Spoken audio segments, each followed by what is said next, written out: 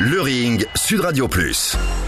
12h22, vous écoutez Sud Radio en direct du 12-14 Info Île-de-France. Il est temps de laisser la place à nos débatteurs. Sont avec nous aujourd'hui Yves Pozzo di Borgo, sénateur UDI de Paris, et Fatima Benomar, secrétaire générale de l'association féministe Les Effrontés et militante Front de Gauche. Bonjour et bienvenue. Bonjour.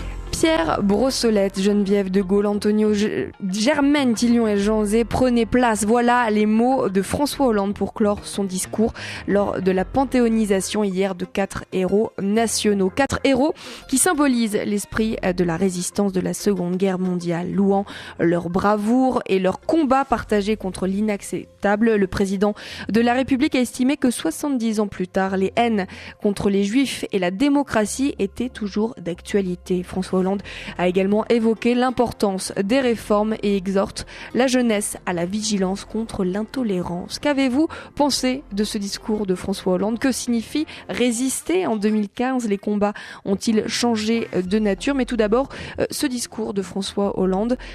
Yves Pozzo di Borgo.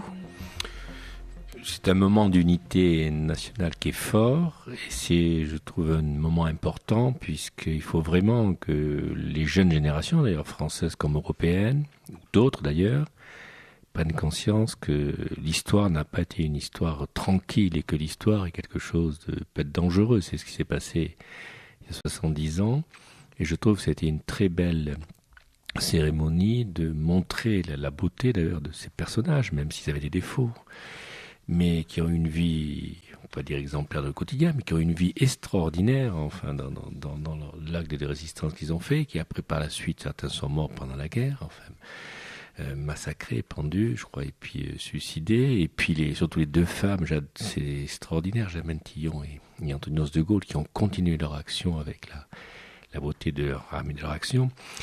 Sur le discours du président de la République,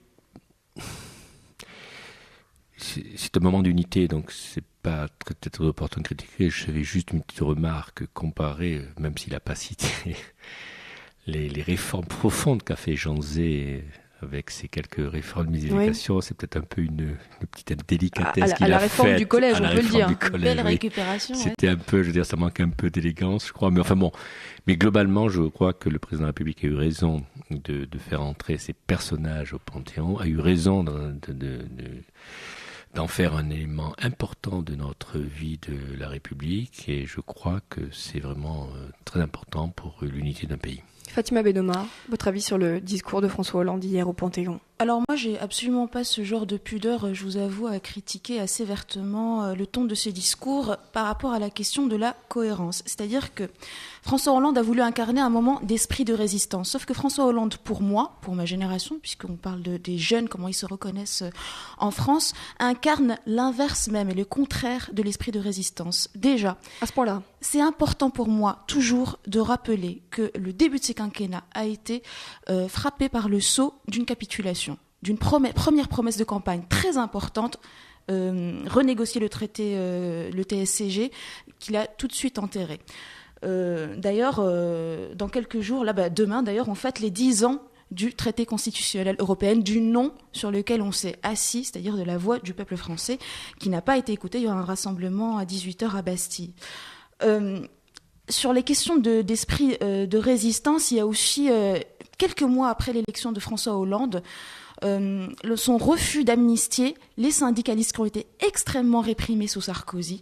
Et c'était quelque chose de symbolique qu'un président de gauche passe et dise maintenant les syndicalistes qui ont été extraordinairement poursuivis sous Sarkozy, comme des personnages comme Xavier Mathieu et tout, soient amnistiés pour justement être remerciés de leurs actes de résistance syndicale et tout.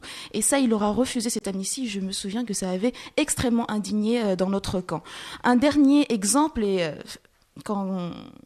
en voyant cette cérémonie, et moi je vous avoue que c'était très désacralisé dans ma tête par rapport à l'opinion politique que j'ai du président de la République, j'étais en train de me dire c'est marrant, il est en train de panthéoniser des résistants au même moment où la loi renseignement est en train de passer qui aurait permis de les arrêter plus vite à l'époque.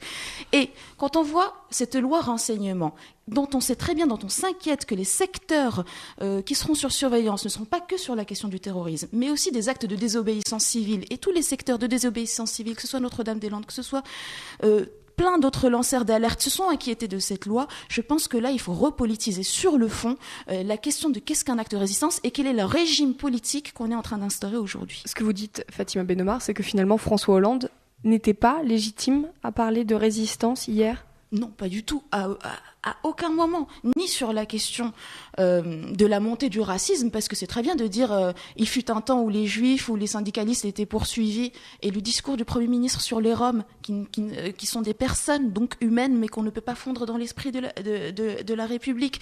Vous savez qu'à un moment, il a cité la Ligue des droits de l'homme. Il faut entendre avec quelle sévérité la Ligue des droits de l'homme juge le quinquennat de Hollande par rapport au fait qu'il y a même plus d'expulsions et plus de maltraitance des étrangers auxquels d'ailleurs on a refusé une des grandes promesses de campagne, leur droit de vote et de citoyenneté. Il faut voir avec quels mots la LDH critique François Hollande. Yves Pozzoli-Borgo, j'imagine que vous serez moins sévère que Fatima Benomar. Non, je crois qu'il y a un problème entre l'histoire qui s'est passée pendant la guerre 39-40 et puis les événements auxquels la politicienne auquel fait référence ils peuvent recommencer le Front National est fort. Et auquel a fait référence François Hollande aussi, parce qu'il a fait ce va-et-vient tout au long de ce discours. Il a eu raison, parce que c'est vrai que les attaques contre les juifs, contre les chrétiens, contre beaucoup de monde, c'est vrai contre les musulmans, il a raison, il faut vraiment, là c'est un problème de vivre ensemble, et c'est un problème fondamental, parce qu'au départ on n'a pas fait assez attention, mais quand le littérisme s'est lancé dans toute l'Europe, il y avait ces attaques là, permanentes, et là je crois qu'il a profondément raison d'arrêter de faire en sorte de combattre toutes ces attaques qu'il peut y avoir. Et là, je le rejoins. Bon, je suis un peu en désaccord avec la comparaison politique que fait ma co-débatteur. Sur l'affaire de loi renseignement, je ne le mettrai pas également dans ce débat-là. Moi, je suis contre ce texte-là, parce que c'est vrai, je trouve que je la rejoins. Vous pensez qu'avec la montée de l'extrême droite, si on retombe sur ce régime politique, il se passerait quoi ? Non, écoutez, regardez bien. On compte déjà les enfants de confession peut-être musulmane dans certaines villes du Front National. Ça n'a pas été prouvé, Fatima Benomar. Ne soyez pas exagérés. Quand c'est déclaré, c'est que la marche politique est un... Reprenez la pensée de Hitler, reprenez tout ce qu'il y avait un peu dans l'Europe, parce qu'il y avait, n'oubliez pas qu'il y avait l'antisémitisme européen très fort. En France, le premièrement, même en France. Et on n'est pas encore dans la même situation. Là, je crois, faites très attention. Pour des intérêts politiciens, ne mélangez pas trop les choses. Je comprends, vous êtes une autre génération, vous n'avez pas vécu ça. Moi, je n'ai pas vécu ça non plus. Mais moi, j'ai connu des gens qui sont partis en concentration. J'ai connu Madame Veil, je me souviens, j'ai vu ses larmes quand je suis allé avec Alostridov. Je sais que c'est une période qui était extraordinairement difficile, qui a été très dure, qui a été vraiment quelque chose d'affreux pour l'humanité, et que nous, notre génération, la mienne comme la vôtre, on n'a pas connu de telle période. Donc soyons nuancés dans les jugements que l'on porte sur cette période. Mais lorsque François Hollande, lors de son discours, explique que la France a rendez-vous avec le meilleur d'elle-même, est-ce que c'est pas un tableau un petit peu trop angélique, voire manichéen ?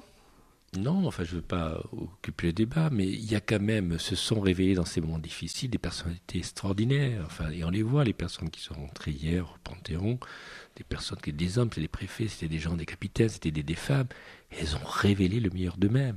Et c'est quand même les éléments de la République. Fatima Benomar. Si je puisse me permettre, si l'histoire a un intérêt, c'est de nous donner des leçons. C'est-à-dire qu'il n'y a pas une parenthèse des horreurs de la Seconde Guerre mondiale qui puisse ne pas arriver de nouveau, notamment avec les moyens technologiques et législatifs qui sont mis en place. Dans notre génération, je peux vous dire qu'on a un fasciste au gouvernement, ça ira beaucoup plus vite, ce sera beaucoup plus efficace.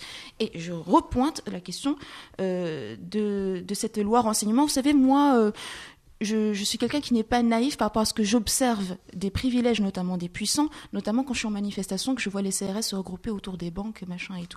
Et donc, moi, je suis désolée, mais je suis sensible de l'état de surveillance où on se met, de l'état de stigmatisation. Peut-être que ça n'a pas été prouvé, mais enfin, quand même, on a un Ménard qui a dit, moi, je suis dans cette démarche-là, je suis en désobéissance de la loi, et je vous assure que ça décomplexe une société par rapport à ses pratiques et par rapport à son respect. Et puis, je voudrais juste un dernier mot.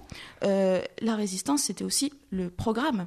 C'était le Conseil national de la résistance, axé sur du social, sur les droits sociaux, sur la réévaluation des salaires. Je suis désolée, je ne suis pas en train de faire du politicien, je suis en train de faire de la politique. Et eux-mêmes faisaient de la politique à l'époque. Donc là aussi, encore un aspect qui est piétiné. Et il me semble même qu'il y a eu des déclarations du CNR pour dire le programme des jours heureux est en train d'être détricoté sous la droite comme sous la gauche. On parle de résistance aujourd'hui. Est-ce que l'on a encore besoin de symboles en 2015 tels que celui de la résistance? Yves Pozzoli-Borgo. C'était une période très difficile, dans une situation très difficile que le monde n'a pas connue depuis 70 ans. Et heureusement, quand vous replongez-vous dans cette histoire, c'est terrible ce qui s'est passé. Enfin, des millions, des centaines de millions de morts. Enfin, c'était une guerre mondiale. Enfin, jamais. Et heureusement, si vous voulez, la construction de l'Europe, cet appel, je ne sais pas si vous imaginez ce que ça pourrait représenter en 1950, quand les gens qui se sont fait la guerre, les Français et les Allemands, ont fait un appel pour construire l'Europe, pour mettre en commun l'énergie, les ressources qui étaient à l'époque très souvent la raison de la guerre. Je ne sais pas si vous pouvez pas imaginer ce que ça veut. Et c'est quelque chose d'extraordinaire qui s'est passé après la guerre. Les gens ont dit plus jamais. Oui. Et moi, je crois que la jeune génération doit bien prendre conscience de ça. Et elle n'en a pas conscience, selon vous, aujourd'hui, la jeune génération ? L'histoire doit être bien. On doit vraiment bien appréhender l'histoire en sachant. Et je rejoins un peu ma co-partenaire dans cette affaire, parce que c'est vrai qu'il faut faire attention à tous les détails qui peuvent donner l'impression que ça peut recommencer. Il faut faire attention. Le monde n'est pas un monde. Le monde dans lequel nous vivons, on le voit très bien d'ailleurs, ce qui se passe en Afrique, ce qui se passe dans beaucoup de pays, ce qui se passe à Daesh et autres. Le monde n'est pas, vous savez que la logique du monde n'est pas le monde de bisounours. Et donc, il faut que les principes soient des principes fondateurs, soient des principes qui mordent les choses.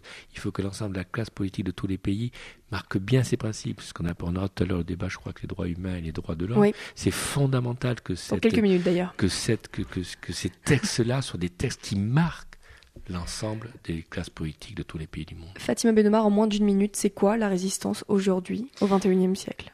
La résistance, c'est évidemment la résistance à ce qui est en train de se mettre en place. Et je rappelle qu'effectivement, dans les années 30, on voyait déjà que les chefs fascistes avaient ce langage pseudo-social qui est en train de refaire effectivement le Front National. En URSS, les communistes étaient très antisémites. Et juste, je voudrais dire, puisqu'on est dans le symbolique, rappeler effectivement l'importance des femmes effacées de l'histoire qui recommencent. Dans le printemps arabe, on a vu que les femmes descendaient dans la rue, descendaient place Tahrir, descendaient en Tunisie, et qu'elles ont été complètement ballottées quand il a fallu refonder une constituante en Égypte ou en Tunisie. Elles se sont mieux démerdées, mais en Égypte, ça a été absolument affreux.